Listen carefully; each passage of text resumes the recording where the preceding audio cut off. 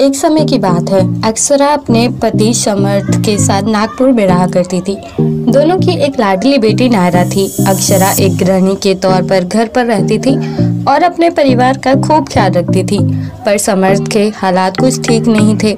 वो काफी लंबे समय से एक गंभीर बीमारी से जूझ रहा था, पर बावजूद इसके वो अपना बिजनेस काफी अच्छे से चलाता था और उससे कमाए गए पैसों से अपने परिवार का खूब ख्याल रखता था। लेकिन समर्थ की लंबी बीमारी उसके और उसके फैमिली मेंबर्स के लिए कब आफत बन जाएगी किसी को पता नहीं था। अचानक समर्थ की तबीयत बहुत खराब रहने लगी थी, जिसकी वजह से उसे हॉस्पिटल ले जाया गया, पर हॉस्पिटल पहुंचते ही समर्थ की मौत हो गई थी। समर्थ की मौत के बाद अब अक्षरा का घर चलाना मुश्किल हो गया था। नायरा की अच्छी परवरिश और घर को चलाने के लिए पैसों की तंगी आ गई थी। तभी अक्षरा फैसला करती है कि उसे दूसरी शादी कर लेनी चाहिए।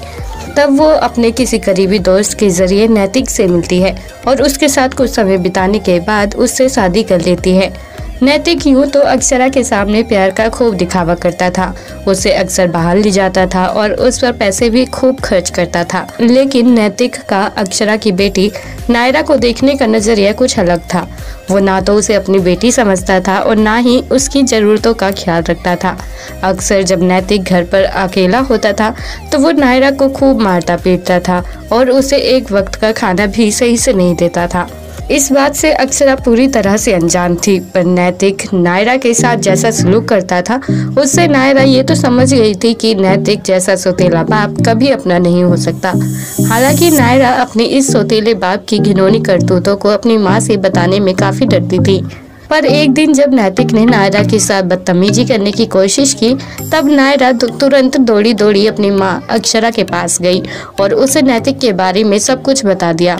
अक्षरा नैतिक से बहुत प्यार करती थी और इसलिए उसने नायरा की कई बातों पर बिल्कुल ध्यान नहीं दिया। इसी तरह बेचारी नायरा काफी दिनों तक नैतिक की बदतमीजी और बदसलूकी का शिकार होती रही। एक दिन नायरा बाहर अकेली बैठी हुई थी, तभी अचानक नैतिक वहां पहुंच जाता है और उसके साथ बदतमीजी करने लगता है। तभी अक्षरा वहां पहुंचती है और वो नैतिक की सभी करतूतें देख लेती है कि वो नैतिक से तलाक ले लेगी ताकि उसकी बेटी नायरा को इस तरह के सौतेले बाप के शोषण का शिकार ना होना पड़े। अक्षरा खुद बिजनेस वुमेन के तौर पर अपने पहले पति समर्थ का बिजनेस संभालती है और अपनी बेटी नायरा को एक अच्छी परवरिश देती है। तो दोस्तों, ये थी नैतिक जैसे सौतेले बाप की वो कहानी जिसका शिकार होना पड़ा नायरा को। आप इस कहानी के बारे में क्या कहना चाहेंगे?